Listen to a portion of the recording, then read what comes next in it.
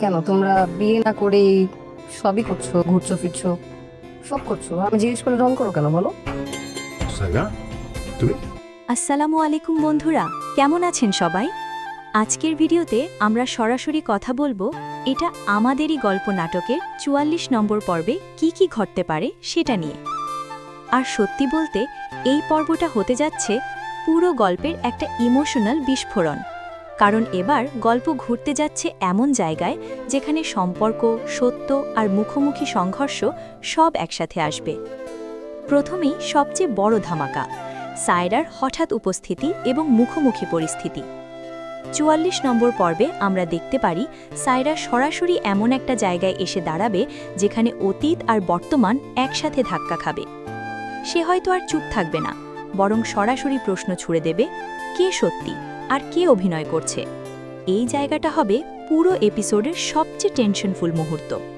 দ্বিতীয় বড় ধামাকা, ফাহাদের মুখোশ খুলতে শুরু করবে। এবার ফাহাদের ভেতরের লোভ, অ্যাম্বিশন আর তার আসল চিন্তা ধীরে ধীরে সামনে আসতে পারে। সে হয়তো বুঝতে পারবে সব কিছু কন্ট্রোল করা যায় না। এমন একটা পরিস্থিতি আসতে পারে যেখানে তাকে নিজের করা ভুলের মুখোমুখি হতে হবে এবং প্রথমবারের মতো তার আত্মবিশ্বাসে ফাটল দেখা যাবে। তৃতীয় বড় টুইস্ট, মেহেরিনের অবস্থান আরও শক্ত হবে। এই পর্বে মেহেরিন আর কারো ছায়ায় থাকবে না। সে নিজের জায়গা থেকে স্পষ্ট করে দেবে সে কারো দয়া বা সহানুভূতির উপর দাঁড়িয়ে নেই, সে নিজের যোগ্যতায় দাঁড়িয়ে আছে।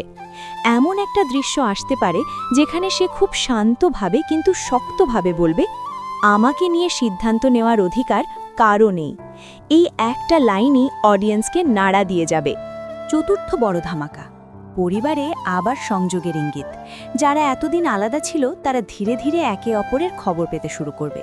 কেউ হয়তো কারো খোঁজ করবে, কেউ হয়তো লুকিয়ে সাহায্য করবে, এবং এখান থেকেই শুরু হবে রিইউনিয়নের ইঙ্গিত।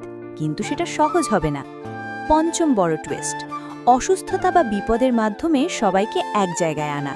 ৪৪ নম্বর পর্বে এমন একটা ঘটনা ঘটতে পারে যেটা পুরো পরিবারকে আবার এক জায়গায় দাঁড়াতে বাধ্য করবে। এটা হতে পারে কারো অসুস্থতা অথবা হঠাৎ কোনো বিপদ। এই একটা ঘটনাই সবাইকে বুঝিয়ে দেবে সব কিছুর পরেও রক্তের সম্পর্ক এত সহজে শেষ হয় না। সবচেয়ে গুরুত্বপূর্ণ বিষয় অহংকার বনাম ভালোবাসা। এই পর্বে প্রশ্নটা হবে কে আগে নিজের ইগো ছাড়বে, কারণ সবাই যদি নিজের জায়গায় শক্ত থাকে তাহলে সম্পর্ক আর কখনো জোড়া লাগবে না। শেষে একটা সম্ভাব্য ক্লাইম্যাক্স বলি। ৪৪ নম্বর পর্বের শেষ দৃশ্যে আমরা দেখতে পারি দুইজন মানুষ মুখোমুখি দাঁড়িয়ে আছে। কেউ একজন বলছে চলো সবকিছু নতুন করে শুরু করি, আর অন্যজন চুপ করে আছে। এই চুপ থাকাটাই হবে সবচেয়ে বড় সাসপেন্স। তো বন্ধুরা, আপনারা কি মনে করেন সায়রা কি সত্যিটা সামনে আনতে পারবে? ফাহাদ কি মিথের ভুল বুঝবে? আর এই পরিবার কি আবার এক হবে? কমেন্ট করে অবশ্যই জানাবেন। ভিডিও ভালো লাগলে লাইক দিন, আর প্রতিদিন নতুন আপডেট পেতে চ্যানেলটি সাবস্ক্রাইব করে রাখুন। দেখা হবে পরের ভিডিওতে। সবাই ভালো থাকবেন।